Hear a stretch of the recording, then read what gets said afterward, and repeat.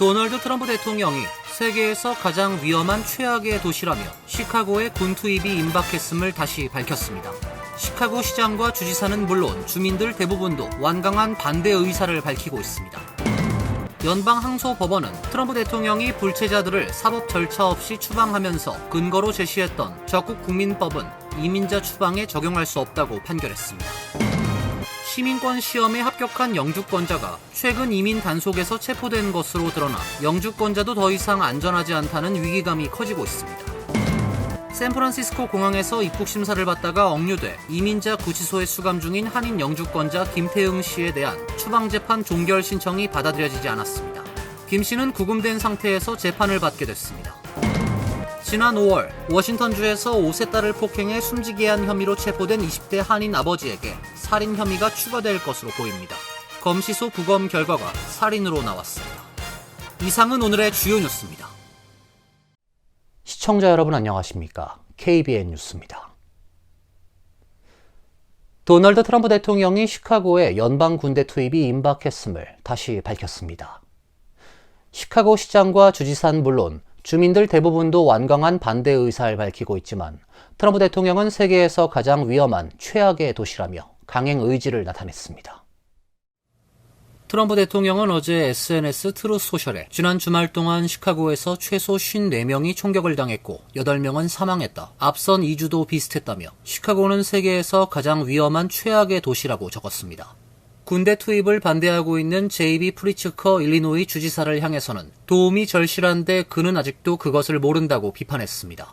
대통령은 워싱턴 DC에서 그랬던 것처럼 이 범죄 문제를 조속히 해결할 것이다. 시카고는 곧 다시 안전해질 예정이라고 말했습니다.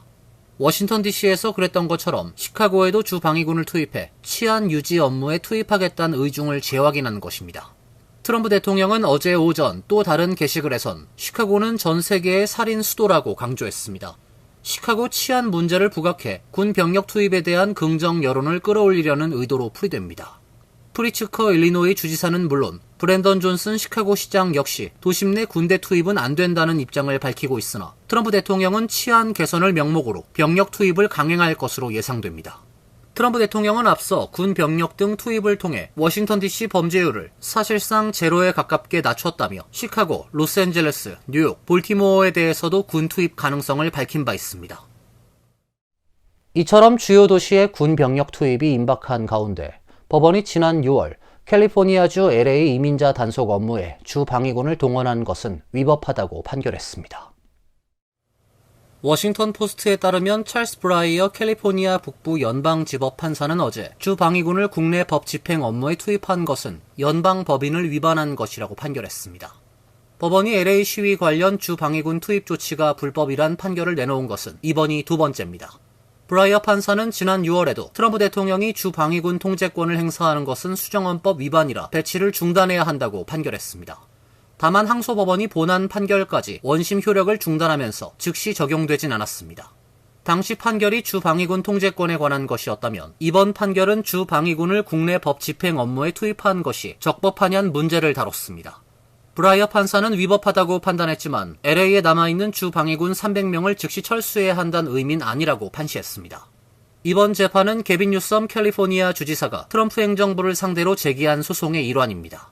뉴섬 주지사는 이날 SNS X에 도널드 트럼프는 또 패배했다며 거리를 군사화하고 미국 시민들을 상대로 군대를 사용한 것은 불법이라는데 법원도 동의한다고 적었습니다.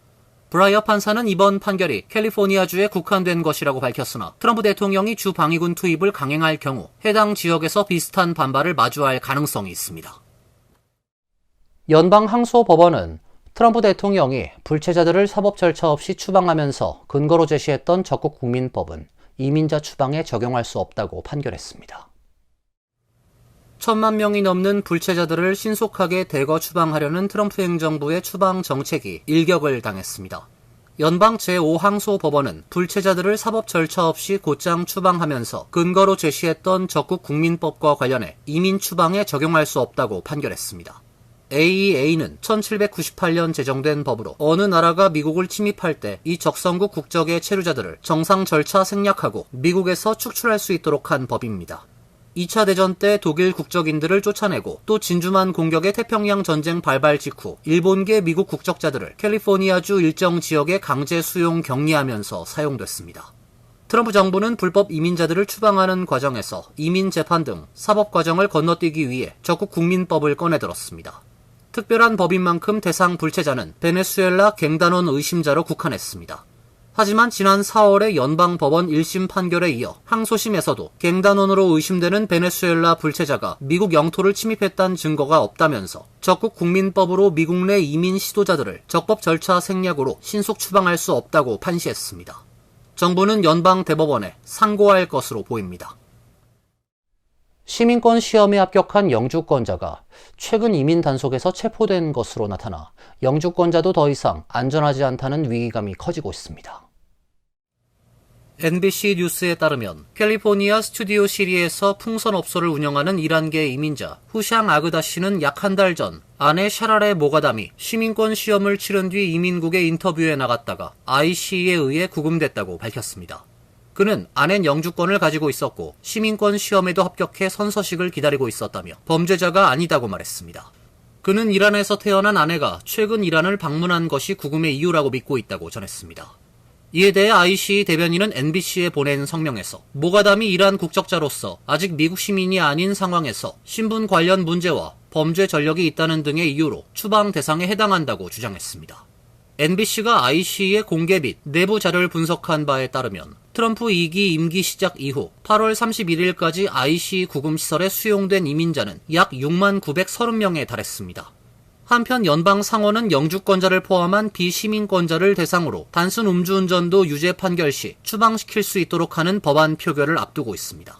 앞서 하원을 통과한 법안은 미국 입국 금지 대상에 음주운전으로 유죄 판결을 받았거나 음주운전을 인정한 외국인을 포함하는 내용을 담고 있습니다. 경중에 관계없이 음주운전 관련 범죄로 유죄 판결을 받은 영주권자를 포함한 모든 외국인은 추방 대상으로 규정하고 있습니다. 영주권자라도 시민권 신청 심사나 미국 입국 심사 등의 상황에서 음주운전 기록이 드러나면 추방 절차에 직면할 수 있게 됩니다. 더욱이 오래전 단 한 차례 음주운전 기록도 소급 대상이 될 수 있다는 점에서 이민자에게 매우 가혹한 법안이란 지적이 나오고 있습니다. 샌프란시스코 공항에서 입국 심사를 받다가 억류돼 이민자 구치소에 수감 중인 한인 영주권자 김태흥 씨에 대한 추방 재판 종결 신청이 받아들여지지 않았습니다. 김 씨는 구금된 상태에서 재판을 받게 됐습니다. 미주 한인 봉사교육단체 협의회에 따르면 지난 29일 텍사스주에 있는 이민자 구치소에 수감 중인 김태흥 씨에 대한 이민법원 심리가 열렸습니다. 법원은 김 씨 측의 소송 종결 신청을 받아들이지 않아 김 씨는 구금된 상태에서 재판을 받아야 하는 상황이 됐습니다. 추후 재판 일정은 이달 중순 정해질 예정입니다. 김 씨 구명 활동을 펼치고 있는 협회는 매우 실망스럽다며 법원이 김 씨 사건을 종결하고 그를 즉시 석방했어야 했다고 비판 입장을 냈습니다. 김 씨는 35년간 미국에서 생활하고 박사 과정을 밟고 있는 연구자로 합법적 영주권자입니다. 협회는 정부는 김 씨를 공항에서 불법적으로 억류했고 구금돼 있는 8일 동안 비인도적인 대우로 일관하는 등 헌법상 권리를 반복적으로 침해했다고 주장하고 있습니다.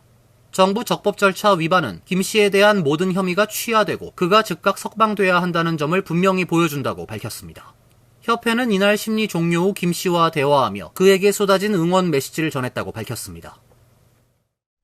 지난 5월 워싱턴주에서 5세 딸을 폭행해 숨지게 한 혐의로 체포된 20대 한인 아버지에게 살인 혐의가 추가될 것으로 보입니다. 검시소 부검 결과가 살인으로 나왔습니다. 워싱턴주 킹카운티 검시소는 1일 지난 5월 사망한 5세 딸의 사인은 탈수와 다발성 둔기 손상으로 인한 혈액순환 장애라고 밝혔습니다. 따라서 용의자로 체포된 29세 한인 아버지 한우진 씨의 재판 방향에도 변화가 예상됩니다. 그동안 한 씨에겐 살인 혐의가 적용되지 않았습니다.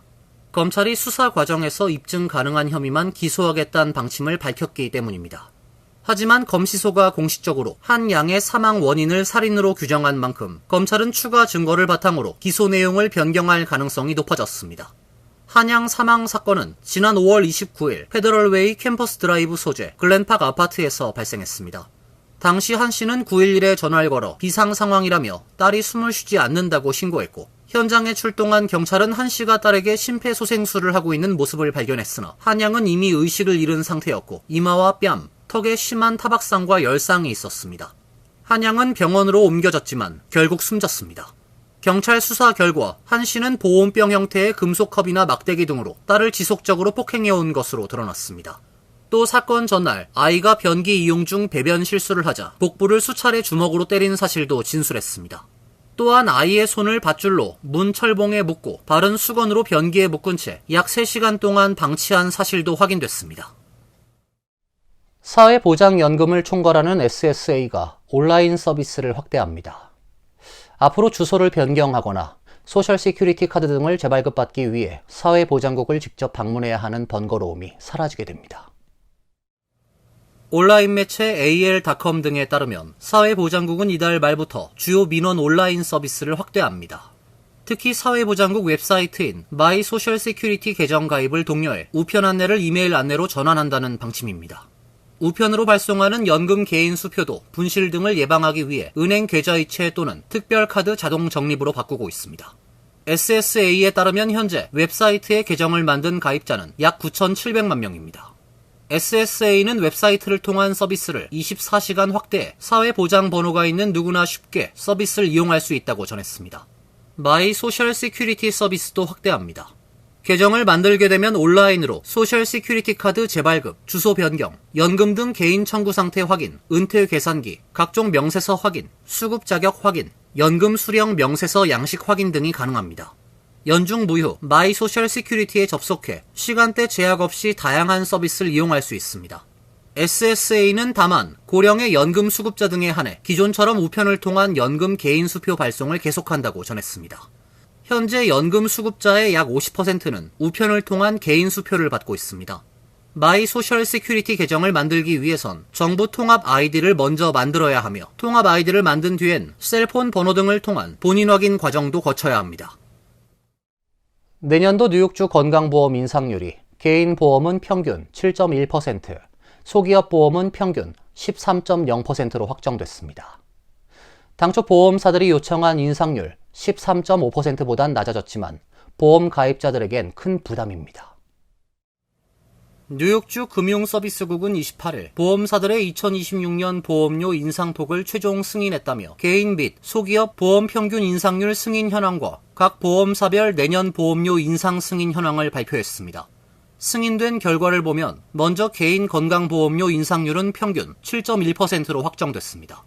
보험사들이 뉴욕주 정부에 요청한 인상폭 13.5%보단 훨씬 낮은 수준입니다.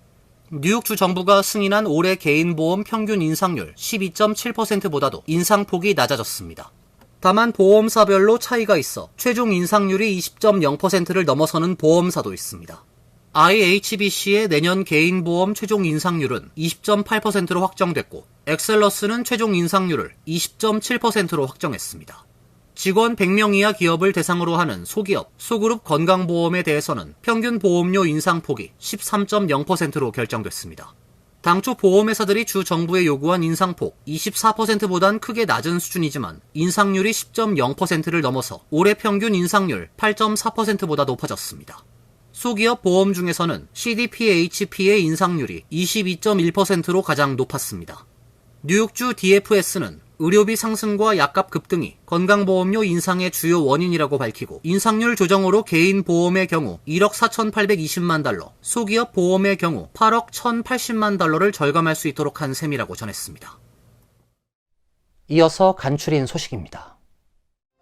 한국 대통령실 발표에 따르면 이재명 대통령은 오는 23일 UN 총회에서 기조연설에 나섭니다. 강유정 대변인은 이번 UN 총회에서 이재명 대통령은 대한민국 위상을 높이는 다양한 외교 활동을 펼치는 동시에 기조연설을 통해 한국 민주주의 극복 과정을 공유하고 한반도 문제를 비롯한 글로벌 현안에 대한 우리 정부의 비전과 정책을 제시할 예정이라고 밝혔습니다.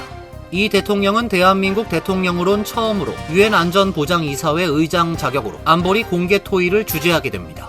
이 대통령은 UN 총회 참석 하루 전인 22일 뉴욕 동포 간담회를 개최하고 취임 후 처음으로 뉴욕 일원 한인 동포들과 소통하는 기회를 가질 것으로 알려졌습니다.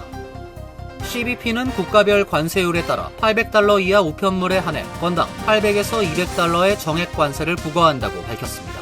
한국처럼 상호 관세율이 16% 미만이면 $80, 16에서 25% 구간은 $160, 25%를 초과하면 $200가 적용됩니다. 가족이나 친구가 보내는 $100 이하 선물은 면세가 유지되지만 상업적 목적이 아님을 입증해야 합니다. 정액 관세 제도는 EMS 등 국제 우편망에 한해 내년 2월 28일까지 한시적으로 적용됩니다. 민간 특송은 기존과 마찬가지로 종가 관세와 정식 세관 신고 절차를 거쳐야 합니다. 한국의 일부 온라인 직구 사이트는 지난달 말부터 결제 단계에서 15%의 관세가 자동 부과된다고 공지했습니다. 구글이 지메일과 구글 클라우드 사용자들에게 대규모 해킹 위험에 대해 주의할 것을 경고했습니다. 이번 공격은 최근 세일즈포스 클라우드 플랫폼에서 발생한 대규모 데이터 유출 사건과 연관되어 있으며 전 세계 약 25억 명의 사용자가 잠재적 공격 대상이 될 수 있다는 우려가 제기됩니다. 이번 유출된 정보는 대체로 공개 가능한 기본적인 비즈니스 정보 수준이지만 이를 토대로 한 2차 공격과 금전 갈취로 이어질 위험도 있습니다. 구글은 사용자들에게 정기적인 비밀번호 변경, 2단계 인증 등 추가 보안 조치를 강력히 권고했습니다. 북한 여성의 삶과 목소리에 초점을 맞춘 전시회 보이지 않는 존재들이 오는 20에서 27일 맨해튼의 트라이베카 전시 공간에서 개최됩니다. 전시는 크리스틴 해리스 아모스, 릴리아나 포터, 리비아 트루코 등 전 세계 각지에서 활동하는 14명의 작가가 참여해 북한 여성들의 기록과 증언을 토대로 그들의 숨겨진 이야기를 예술로 재해석한 작품들을 선보이게 됩니다. 김승민 큐레이터는 이번 전시는 단순한 예술 전시가 아니라 북한 여성들의 권리를 알리고 그들을 보호하기 위한 국제사회 공동의 시도라며 북한 여성들의 현실을 더 이상 외면하지 말고 그들의 목소리에 응답해야 한다는 강력한 메시지를 전하고자 한다고 말했습니다. 환율과 증권 소식입니다.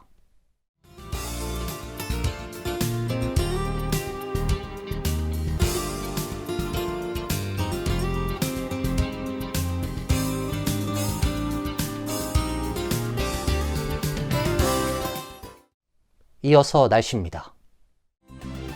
내일은 약간 구름이 끼는 대체로 맑은 날씨가 예상됩니다. 낮 최고 기온 77도, 섭씨 25도, 밤 최저 기온은 66도, 섭씨 19도로 예상됩니다.